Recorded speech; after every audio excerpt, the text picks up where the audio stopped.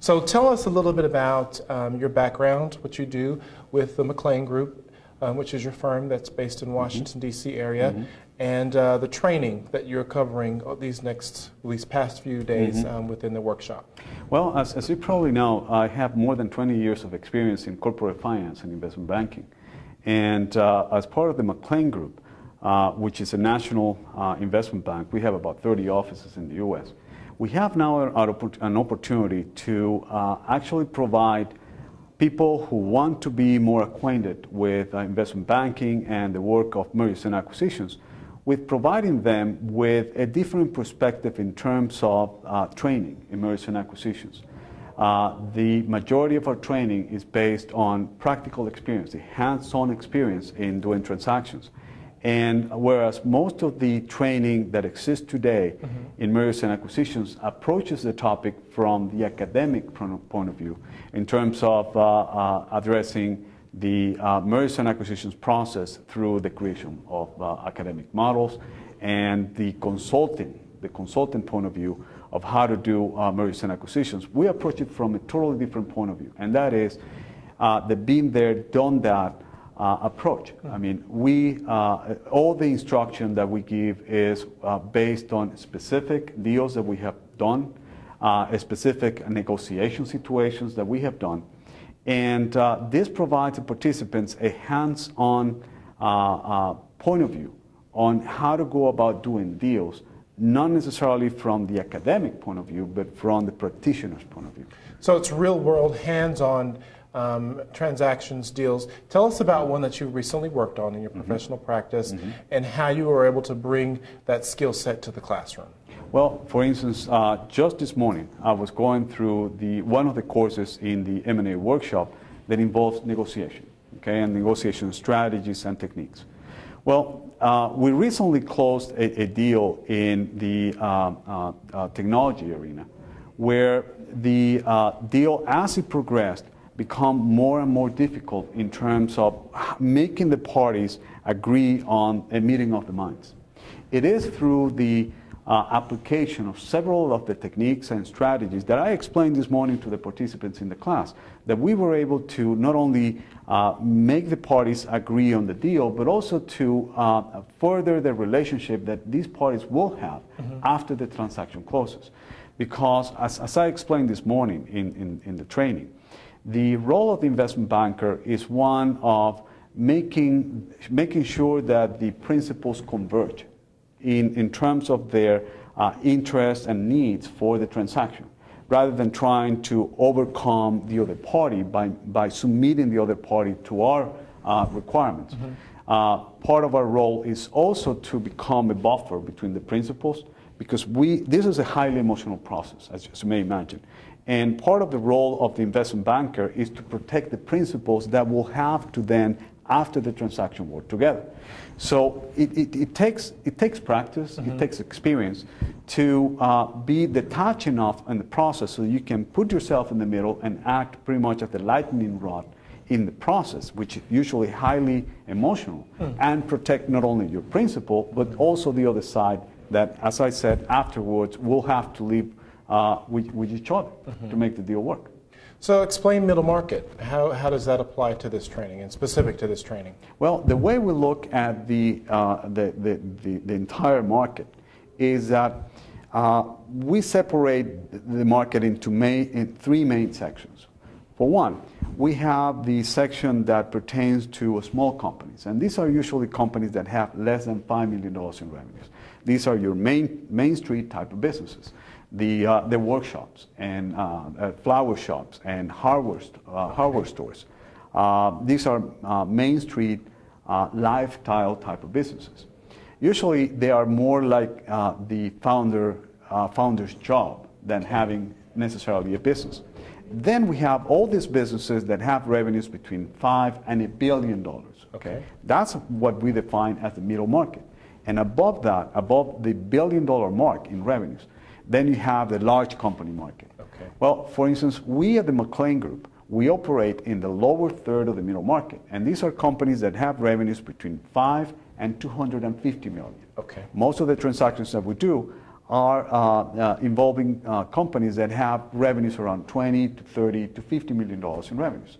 So that's our bread and butter. Okay. And where we operate, that lower third of the middle market happens to be the segment of the market where most of the companies are in terms of not only the revenue capacity, okay, but also in terms of employment and entrepreneurial activity. Do you feel that there's a lot of opportunity for CPAs and other types of analysts?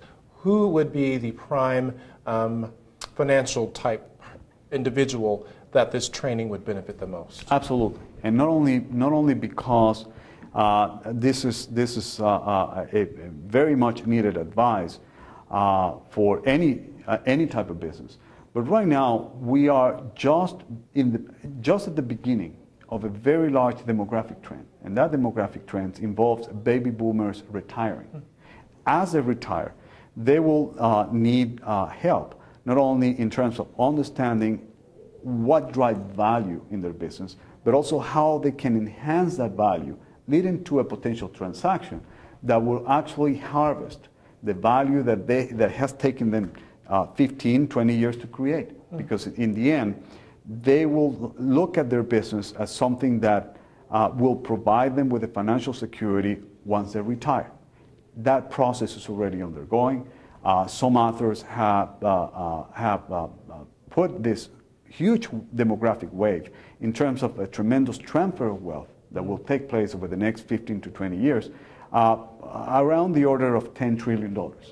So that will require a lot of hand-holding on the part of the business owners, not only in terms of accounting, but also in terms of legal, in terms of wealth management, and of course, investment banking.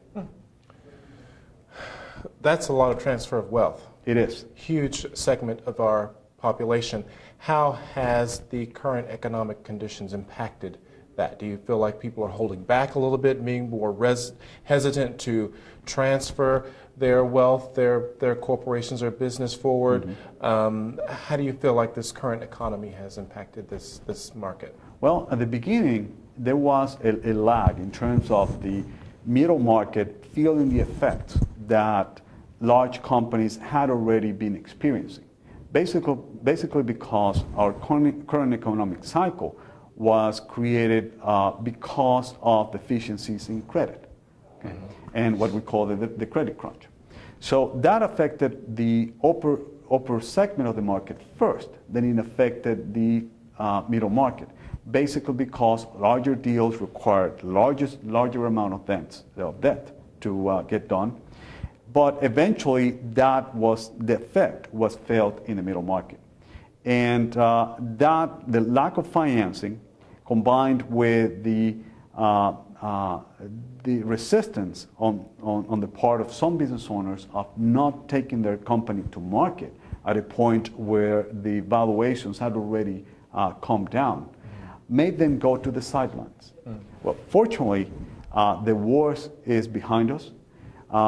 As you probably know, the peak of the M&A cycle was experienced in 2007, just prior to the beginning of the financial crisis. And the trough of that cycle was experienced last year. Since then, especially since the beginning of 2010, we have seen very encouraging signs that the worst is over, the market is starting to show signs of coming back. The commercial banks are starting to lend, not necessarily because they want to, but because the government is forcing them to. And of course, the middle market is the one that will benefit first of this recovery, basically because commercial banks are more willing to lend to businesses that they understand and that they know on the first name basis, especially community banks. So we will see this revival in terms of M&A activity, first in the middle market, and then we'll follow the large markets. That is encouraging. So now is an excellent opportunity for one to get in, learn to hone their skills, get some new resources, expand their networks, so that when the opportunities are there, they're positioned well to take advantage of those engagements. Yeah, absolutely. And I think that it will not be too far from now before we start seeing this revival in the need for all types of consulting. I mean, from accountants and legal counsel, wealth managers, and investment bankers. Fantastic. Anything you'd like to add? Well, I would say that I'm very encouraged by the training that we are putting together, because I consider it to be perhaps one of the best M&A trainings right now in the United States. The reason being that most of the M&A trainings that I'm familiar with come, as I said, from the academic or the consulting point of view. Here you have real investment bankers teaching M&A to other prospective investment bankers.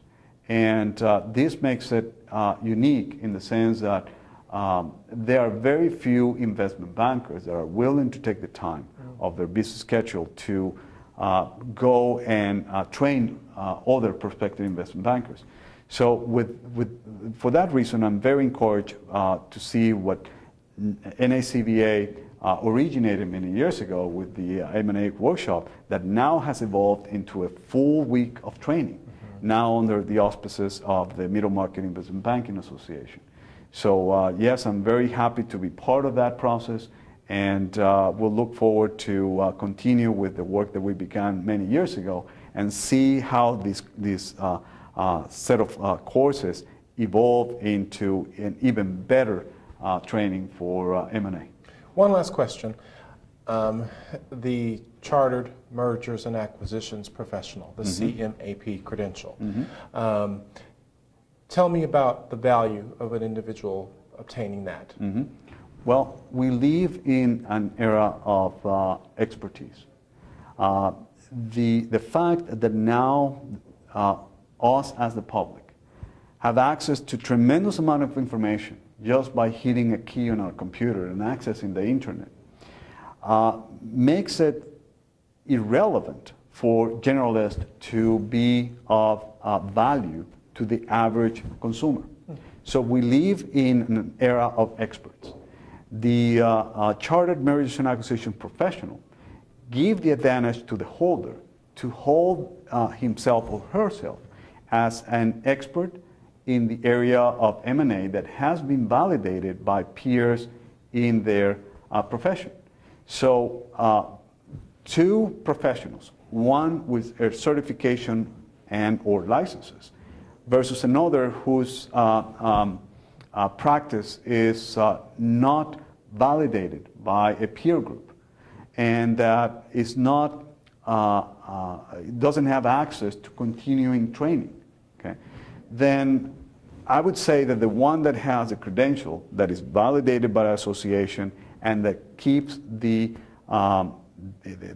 training and the knowledge of that professional current, I think it has a tremendous competitive advantage over one that doesn't.